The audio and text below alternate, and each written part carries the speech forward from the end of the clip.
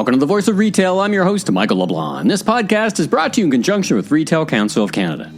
In an exclusive interview, the one and only Wes Hall joins the podcast to talk about his new book, No Bootstraps When You're Barefoot, My Rise from a Jamaican Plantation Shack to the Boardrooms of Bay Street. Wes shares his story and advice for retailers and how they can genuinely help Black entrepreneurs, and adds hints for anyone who winds up in front of him on CBC's Dragon's Den. Let's look at every single opportunity that we have in front of us, and let's make the best of them, because we never know where those opportunities will lead. And so that's the lesson that I was hoping that I was going to impart, to say, on your way up that corporate ladder, if you want to climb the corporate ladder, that is, that you're going to be encountering a lot of things along the way. And some of them may not look like opportunities, but if you view them the right way, you look back, and you're going to go, man, if I hadn't done that, I wouldn't be here today. If I had not, let's say, for example, the law firm, working in mailroom of a law firm. Wes Hall, welcome to the Voice of Retail podcast. How are you doing this afternoon? Michael, I'm actually fantastic this afternoon. Beautiful day in the city of Toronto. Well, outstanding. You just usurped my first question, was going to be, where are we finding you today? Are you back on the road? Are you back traveling? I imagine you did a fair bit of that before. Have you resumed the pace of travel, or is your life changed a little bit? Now that I have a book on the go and on the road to promote it, no, life is a little bit more hectic than it was a few months ago, I guess, because everybody wants to hear the story about how Wes Hall became the quote-unquote king of Bay Street, which is the handle that I use on social media. Yeah. Well, listen, it's a fantastic book. We'll get to it in a minute. I got tons of questions for you about the book and about your journey. But let's start with, as you said, you've got a big profile in the financial and the not-for-profit world, and of course, a dragon on CBC Dragon's Den. Many listeners would know of you, but maybe not all, and maybe they might not know as much as they need to about you. Tell us about who you are and what you do for a living. Well, I assume that nobody knows who I am. Let's just put it that way. That's how I go about my day. I don't walk around looking at people going, don't you know who I am? I assume nobody knows who I am. So I'll tell you a funny story on that. I was at the Raptors game, and they recognized me on the Jumbotron. And everybody in the audience was clapping and stuff. And after I decided to go on social media, and they put a picture of me and they put it on the Raptors social media Instagram page. And there I am with my fancy suit on. And then I see a whole bunch of comments. Who is this guy? He's well dressed, whoever he is, but I don't really know who that guy is. Who the heck is he? Right. So I go about business assuming that nobody knows who I am. So for me, the book has a good story about me, but it's not really, the book wasn't really about promoting me or promoting Wes Hall. It's really about telling a Canadian story. And because we're a country of immigrants. Everybody who's been here, either their ancestors came here or they're new Canadian or older Canadian, but we all came as immigrants. And I'm one of those new immigrants that came to this country, first generation immigrant. And I came here as a 16-year-old with literally no money in my pocket, nothing. And I was able to work very hard by starting at the very bottom. I started on Bay Street in the mailroom of a law firm. That's the bottom. And now I'm really at the top of my career, working, advising public companies, advising CEOs, owning multiple businesses and so on. That's the Canadian dream. And the book is really not about promoting me, but really about promoting the Canadian dream. And that anyone can live that dream. Well, congrats on the new book. It's available wherever folks like to enjoy buying books. No Bootstraps When You're Barefoot, My Rise from a Jamaican Plantation Shack to the Boardrooms of Bay Street. Now, tell us, who did you write the book for and why? I think you're giving us a bit of foreshadowing as to why. I mean, you start the book by saying it's not an instruction manual. So what did you hope to achieve? Well, a lot of people write books and go, this is how you become rich, or this is how you become famous, or this is how you become successful. This is how you become an actor. This is how you become a businessman. This is how you become an entrepreneur. My book is none of those things. It's not to tell you how to. It's really a roadmap to show you the journey that I traveled, and essentially is a lesson to say nobody should really travel this journey. If we're looking out for a fellow man, we're going to make sure that anyone who's in the situation that I found myself in, from I was a baby all the way to now, that if we can do something to prevent that from happening, it's our duty to make sure that nobody had to live that journey. A lot of people go, you have to go through hardship to be successful. Yes, but not all kinds of hardship. There's no reason why you should go through physical abuse, verbal abuse, mental abuse in order for you to be successful, in order for you to make it. So if we have the means to prevent those parts of success or somebody's life, and we can affect it in a positive way, we should do that. So my book is a lesson in how we can be humane, how we can look out for a fellow man, and really how as Canadians we have a duty to make sure that we look out for each other. I got up here because I had a lot of people that didn't look like me, that really looked after me, looked out for me. When they hired me, they made sure that I'm successful. Unfortunately, we're getting away from that. Whereby people now have to, no, you got to prove yourself first.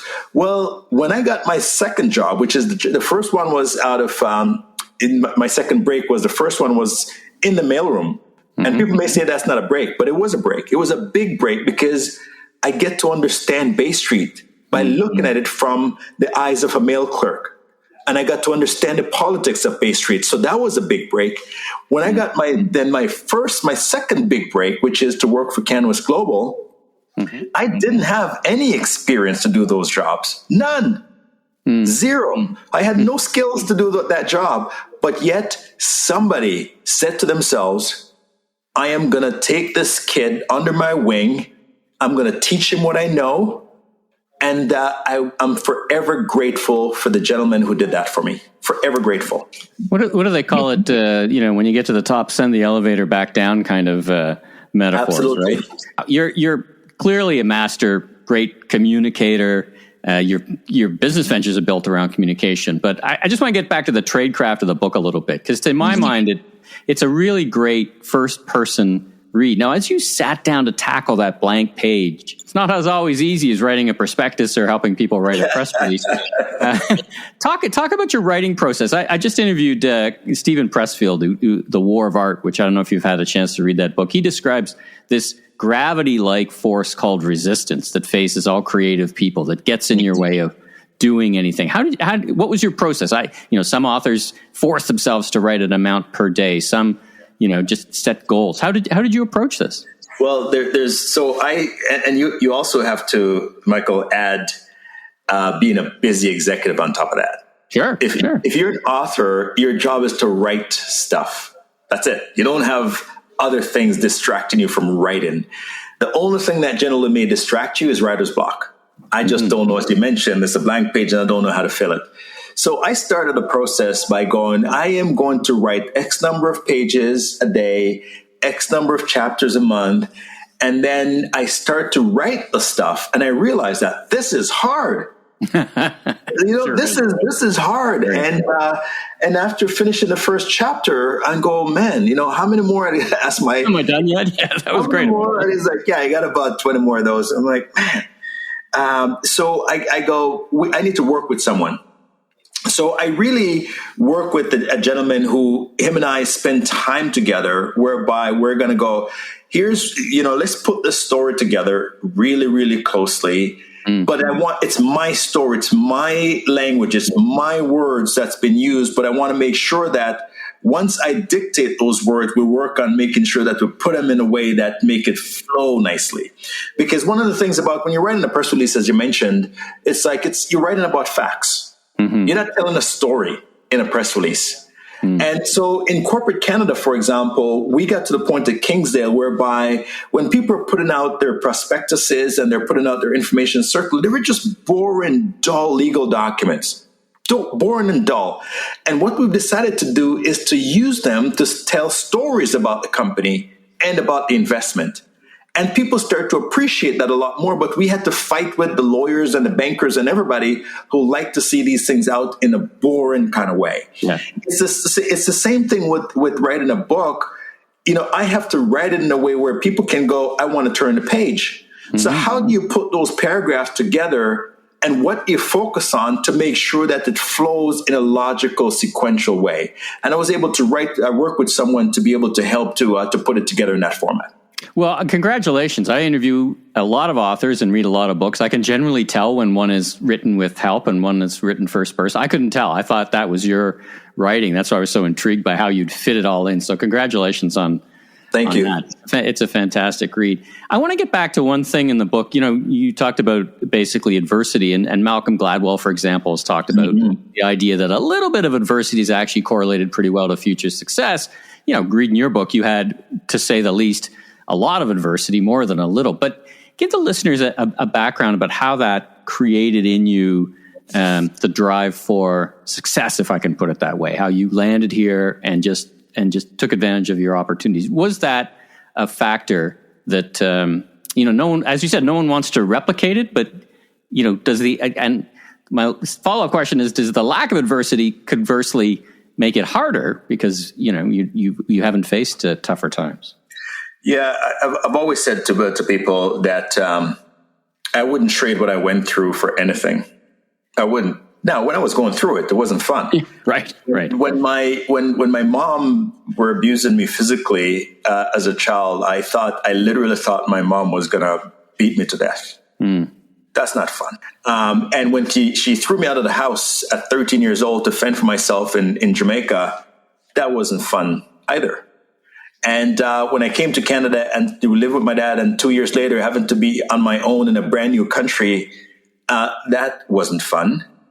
When people call you names or use racial epithet against you, or deny you of an opportunity because of the color of your skin, that's not fun. But they built in me certain resilience that allowed me to just keep on pushing, because every time I win, I go, I didn't know that. I didn't know that would happen to me. And then after, it's almost like a baseball player. Every time they swing at the ball, they get a single. And so are they going to stop swinging because they got one strikeout? But they know that they're getting singles. Singles win games. They're going to get on base. They get advanced. They get on base and they get advanced. And so I was getting a lot of singles along the way, even though I was getting this hardship that was coming along. But I knew that those hardships would make me stronger. And so I went from not knowing that I would ever leave the small town that my grandmother raised me in rural Jamaica, never leaving there. And I thought I was going to work on a sugarcane plantation like my grandmother did and like her ancestors did for the rest of my life, because I have a brother in Jamaica right now, and that's what he does. And because everybody in that community, nobody leaves that community. I thought I was going to be in that community forever. And so when I got the opportunity to actually come to Canada, I didn't remember about the hardship that I faced in that in that plantation house at all. I just thought about, wow, look at this great opportunity I now have. I can be whatever I want.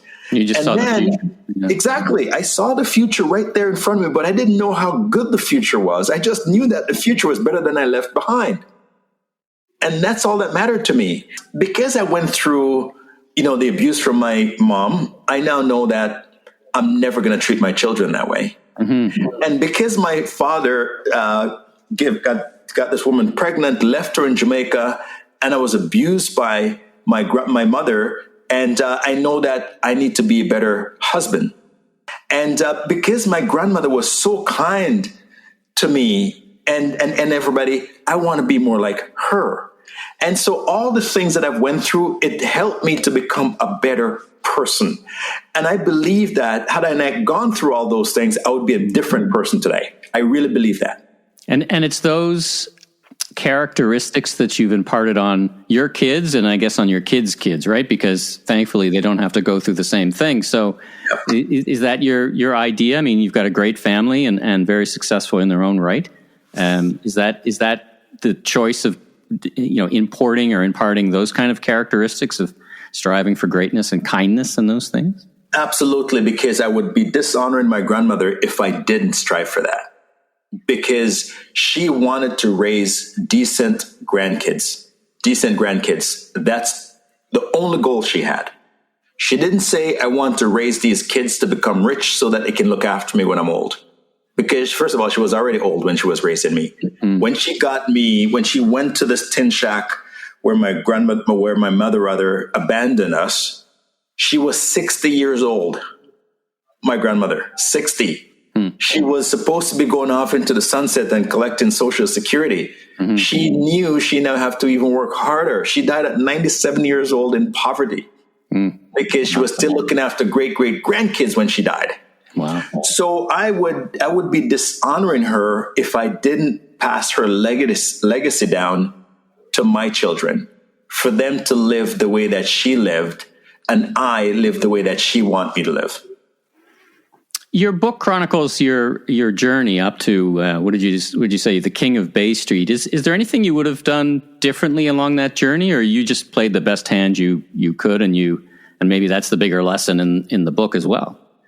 Yeah, I think you're going to find that you're going to get a lot of opportunities as you go through life, and some of us just turn our nose up at opportunity. Oh, this is not good enough. Oh, you want me to work in a mailroom? I have so much more skills than working in a mailroom. I'm never going to work in a mailroom because it's beneath me. I just feel that it's more of a, let's look at every single opportunity that we have in front of us and let's make the best of them, because we never know where those opportunities will lead. And so that's the lesson that I was hoping that I was going to impart, to say, on your way up that corporate ladder, if you want to climb the corporate ladder, that is, that you're going to be encountering a lot of things along the way. And some of them may not look like opportunities, but if you view them the right way, you look back and you're going to go, man, if I hadn't done that, I wouldn't be here today. If I had not, let's say, for example, the law firm, working in mailroom for law firm. And I decided to work in the mailroom of Canada Post because they're both doing mail. Would it lead me to the same place? No, it would meet a whole different group of people that have different perspective in terms of what the future should look like for them. But when I went to Bay Street, not only did I see people in fancy suits driving fancy cars and in fancy offices, I saw a different way of life that I couldn't have imagined before. Didn't even have the context. The context to see I didn't even have the context of it. I couldn't even imagine it. I didn't even know it existed. I saw it on television, though. Right. But now I'm seeing it up close and personal. Yeah. And then all of a sudden you go, maybe if I do certain things, maybe I could be like one of these people. And, because when I came to Canada, I moved to Malvern. Malvern is one of the toughest neighborhoods in the city. We didn't have skyscrapers in Malvern. They were downtown, but downtown was almost like a different universe for us. So when I came down here and I looked at these tall buildings when I came for the job interview, I was amazed. I didn't even know we had that in our own city.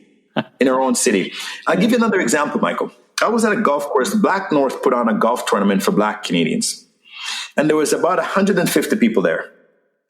It was at Scarborough Golf Club. And around the golf club were some of the toughest buildings that you could live in, Galloway. And there are people that came to our golf tournament and they said to us, we were raised in those buildings and we didn't know this golf course existed. Wow. They were looking down and they didn't know. They drove by it every day. They had no clue because it was like a different world to them. So how can you dream big when you don't know what dreaming big looks like? And so when I came down to Bay Street, I saw what dreaming big looks like. And I was able to start dreaming big. I want to be in the corner office, doing conference calls and be somebody important. That's dreaming big. I couldn't dream that big if I'd worked in the mailroom of Canada Post. Yeah, and it's only a bus ride away, right? It's only a bus ride away. Such a great lesson. Now, you're the second, kind of the third person I've had the opportunity to interview who contributed to Andrew Willis's Unprecedented. I interviewed Andrew, and I interviewed Michael Medline. Now, you talked about your own business during the COVID era and about the Black North Initiative. So a couple of questions. Let's talk about first some pragmatic stuff. Retailers around Canada are really interested in what's going to happen in how people work. I can't miss this opportunity to talk to someone who's right in touch with so many head offices. How are you feeling about return to office? Of course, for retailers, they tell me today that their downtown locations are not successful. They are picking up that business on e-commerce or in the burbs. How are you feeling about the way people are going to work in the future? How are you organizing yourself, and what are you seeing? Well, Michael, that's a great question, because that's the question of the decade right now, because nobody wants to come back into these towers. I am talking to you from the Exchange Tower, and before COVID, we couldn't find space. I mean, they were jammed, right? Yeah. There was one of the banks.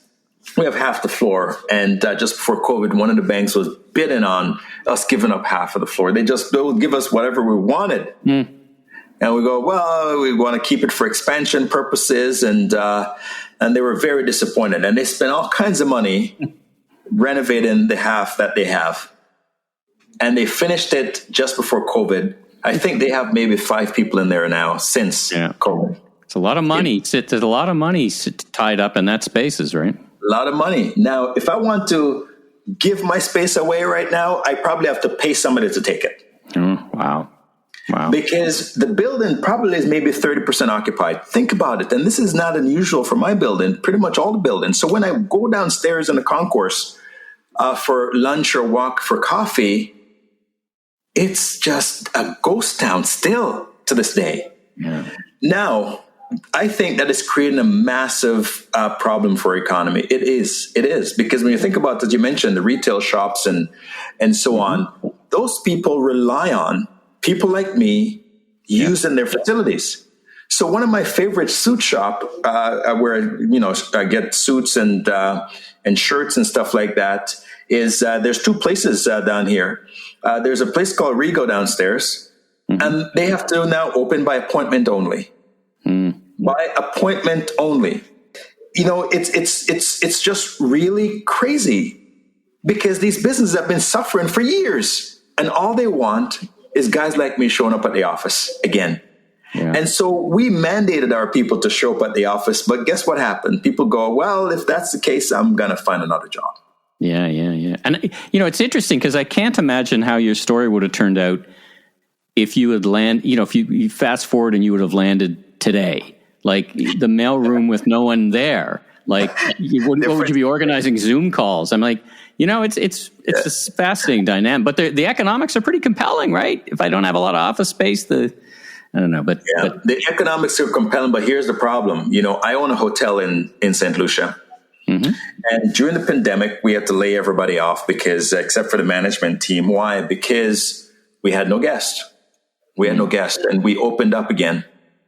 When we reopened the hotel, the management people that we had to keep in mind, the frontline people were all laid off. Yeah. Management were not. And management said, we want to work from home when the place reopened. But guess who couldn't work from home? Yeah. The people do the work. And making the beds. Yep. They couldn't work from home. They couldn't call that in. And I said that we're creating a society of haves and have-nots, and it's getting worse. And what we're saying is that let's just figure out a way that we can rebalance the scale. I know that it was very imbalanced before because people were working way too hard and they're getting mental stress and so on. We don't want to go back to that, but we certainly don't want to have a situation where we have the frontline people that we really rely on are treated very differently than others. And we don't want to create 2 classes of corporate citizens, corporate employees. Those who can call in the day by just rolling out of bed and call it in, and those who have to travel, drop off their kids at daycare, get on the on the transportation, get their clothes dry clean, and spending all that cost that they still have to spend.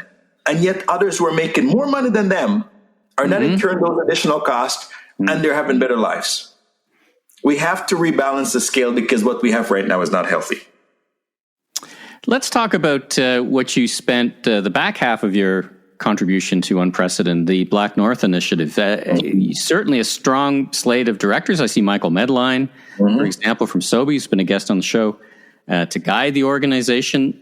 How are you feeling about where you are today, and perhaps some comments on what retailers as a community can do to help achieve your collective objectives? Well, I can tell you that Michael LeBlanc and Sobeys are fantastic. Listen, I've known Michael for a long time, and I've always, ever since his Canadian Tire days, he's been a very decent human being, very decent. And I got to serve with him on the Sick Kids Foundation board philanthropically. I've done a lot of things with him philanthropically, and he's got a very kind heart. And combining that with the Sobeys family, it's just amazing. So they are among the largest supporters of the work of creating a Canada that is, equitable and diverse. They're not just saying it, they're actually doing it. And if you go into their stores, not only by the people that work in there, but if you look at the products that they carry, it actually reflects this beautiful mosaic that we live in.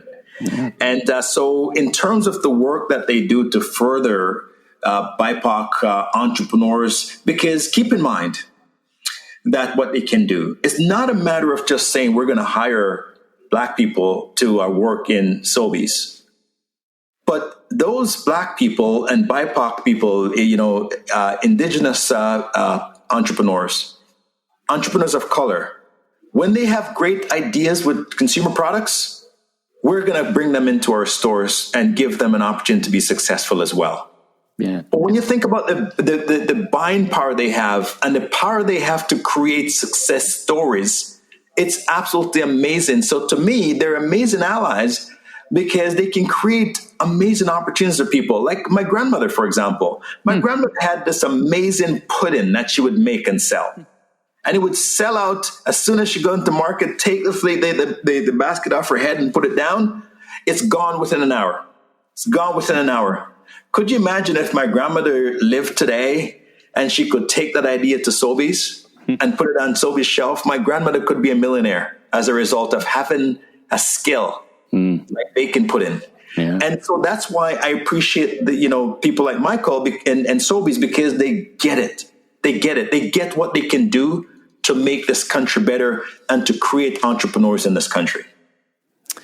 I can't have you on the podcast without touching a little bit on Dragon's Den. You're not my first dragon. Arlene, Vince has been on the show a couple of times. Season, 17 just launched. Yes, sir. Yep. So, tips for those folks appearing in front of you. You see both great ideas and not so great ideas. What's the one or two things, advice you would give to anyone who's going to be standing up in front of you pitching an idea for an investment? You could have the best idea in the world, but people buy into you and your vision. You have to be able to sell yourself as much as you're selling the idea. I've seen people come on the show and they're so arrogant about what they're doing and how much money they're going to make and so on. Those ideas, I can tell you, they never work. They never work. Entrepreneurialism is a humbling journey. You hear a lot of no's. You hear a lot of no thank yous. And if you're arrogant, you're not going to be successful because you don't really know how to get over those no's or no thank you, because you think your idea is just the best one. And guess what? You're not going to listen to people who are giving you good advice as well. So when I, as a dragon, tell you that your idea should be tweaked this way, that way, you're going to take offense to that. And even though you have the greatest idea, because you're not prepared to take advice, it's never going to come to fruition, or it's never going to reach up to its full potential. So we look for great ideas, yes, but we also look for entrepreneurs with, good disposition who we feel that we can work with to take that idea from inception, because a lot of things that come to us are new businesses, new companies, to take it from that point to make it into something special. A bit of humility. You're talking about humility, right? A bit of, you've got to both be, it's that balance, right? You got to be confident enough to get up and create something on your own and put that in front of people and put yourself out. But at the same time, that blend of being all those things and then humble, right? You have to be humble because, to get in front of us, to pitch us on the show, it takes a lot of courage to do that. Yeah. And you need a certain amount of confidence, but there's a thin line between confidence and arrogance. And we have to know where that line is. Because if you walk on a show and you tell me that I have the best idea ever and I need this much from you and this is how it's going to make you rich and so on, but you really haven't demonstrated how you're going to make it happen and how you're going to make it work. No, I'm the smartest guy in the world. Just trust me. You're going to make a lot of money from me. Well, somebody else may make a lot of money off you, but it's not going to be me. Not going to be you. It's not going to be me. Well, my guest is Wes Hall. The book is just out. No Bootstrap When You're Barefoot, My Rise from Jamaican Plantation Shack to the Boardroom in Bay Street. Wes, such a treat to chat with you. Such great lessons and, such a Canadian story and a great contribution to the fabric of this land. Thanks so much for joining me on the Voice of Retail podcast. It was a real pleasure. Michael, my pleasure. Thanks for having me. Thanks for tuning into this episode of The Voice of Retail. If you haven't already, be sure and follow on your favorite podcast platform so new episodes will land automatically each week. And be sure to check out my other retail industry media properties, Remarkable Retail Podcast with Steve Dennis, and the Global E-Commerce Leaders Podcast. Last but not least, if you're into barbecue, check out my YouTube barbecue show, Last Request Barbecue, with new episodes each and every week. I'm your host, Michael LeBlanc, consumer growth consultant, president of M.E. LeBlanc Company Inc, Maven Media, and keynote speaker. If you're looking for more content or want to chat, follow me on LinkedIn or visit my website at meleblanc.co. Safe travels, everyone.